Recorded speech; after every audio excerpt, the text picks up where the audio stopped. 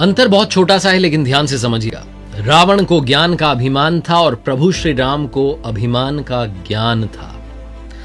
नमस्ते दोस्तों, मैं हूं आरजे कार्तिक। एक ऐसी कथा जिसके बारे में महर्षि वाल्मीकि जी की रामायण में बात नहीं हुई है, गोस्वामी तुलसीदास जी की रामचरितमानस में भी बात नहीं हुई है, लेकिन महर्षि कंबन की जो ईरामावतारम है उसमें इस कथा का वर्णन है। रावण के बारे में कहा जाता है कि रावण शिव भक्त था, विद्वान था। रावण को एक अलग पर्सपेक्टिव से उसकी कुछ ऐसी बातें जो दुनिया तक नहीं पहुंच पाई, उसके बारे में ईरामावतारम में वर्णन किया गया है।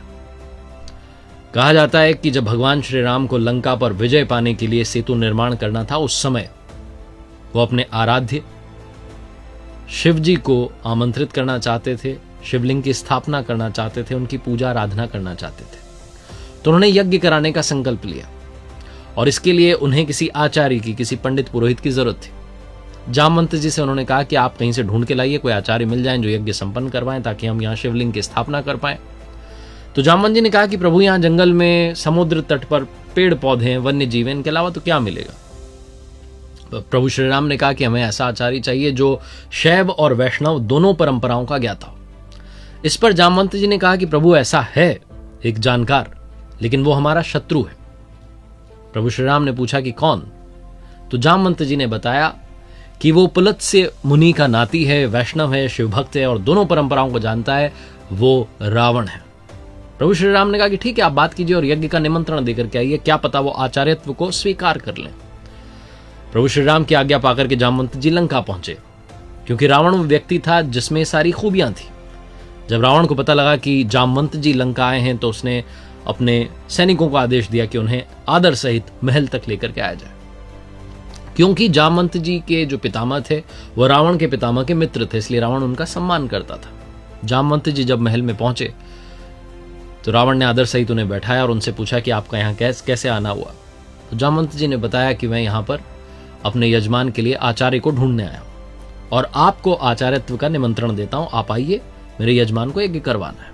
तो रावण ने पूछा कि आपके यजमान कौन है। तो जामवंत जी ने बताया कि प्रभु श्री राम एक यज्ञ करना चाहते हैं, एक बड़ा लक्ष्य है, उसके लिए वो यज्ञ कर रहे हैं और भगवान शिव के शिवलिंग की वहां स्थापना करना चाहते हैं समुद्र तट पर। रावण ने पूछा कि वो लक्ष्य क्या है, लंका विजय। जामवंत जी मुस्कुरा करके बोले हाँ। रावण ने कहा ठीक है, मैं अवश्य आऊंगा, क्योंकि आप मुझे आचार्यत्व का निमंत्रण देने आए, तो आप चिंता मत कीजिए, ये आचार्य वहां आएगा और यज्ञ संपन्न करवाएगा। जामवंत जी को विदा करने के उपरांत रावण खुद अशोक वाटिका में पहुंचा और साथ में अपने सेवकों को आदेश दिया कि आवश्यक सामग्री जो है उसका संग्रह कीजिए।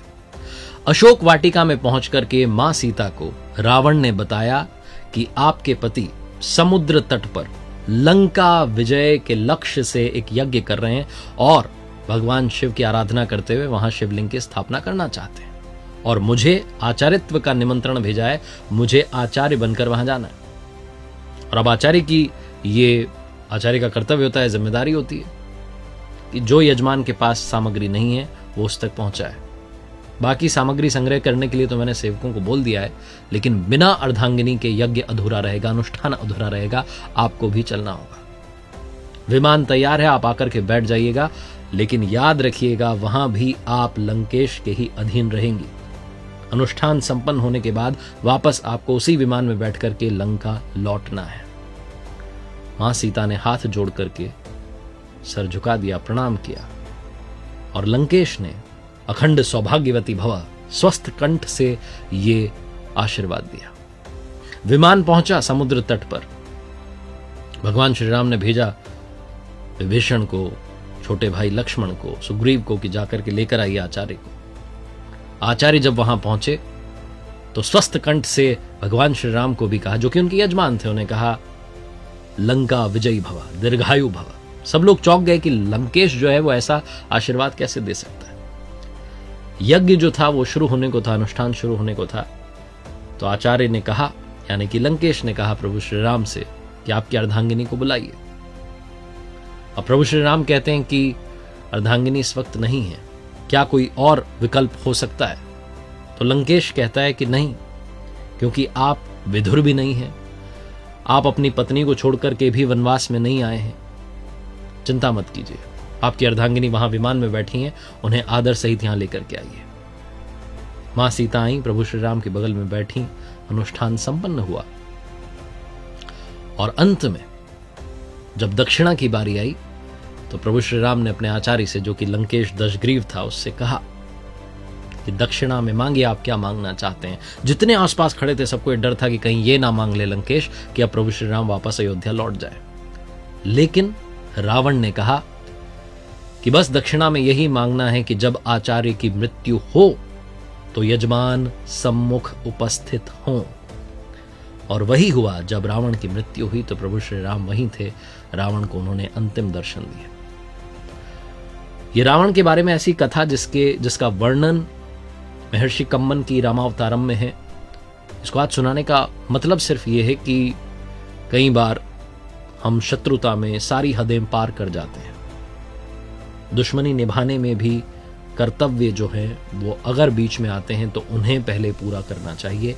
यही रावण की कथा हमें सिखाती है। रावण जो कि विद्वान था, ज्ञाता था, उसके जीवन से जुड़ी हुई कुछ ऐसी कथाएं जो हमें समझाती हैं कि रावण चाहे जितना भी बुरा था लेकिन उसमें कुछ अच्छाइयां भी थी। एक बार फिर से वही बात जो अक्सर आपसे कहता हूं, ऊपर वाले के आशीर्वाद, अपनी मेहनत और अपनों के प्यार के साथ कर दिखाओ कुछ ऐसा कि दुनिया करना चाहे आपके जैसा। याद रखिए, हर सोमवार सुबह 9:30 बजे मेरे साथ देखिए एक नई कहानी, और हर शुक्रवार सुबह 9:30 बजे मेरे साथ देखिए लर्निंग सीरीज का एक नया वीडियो।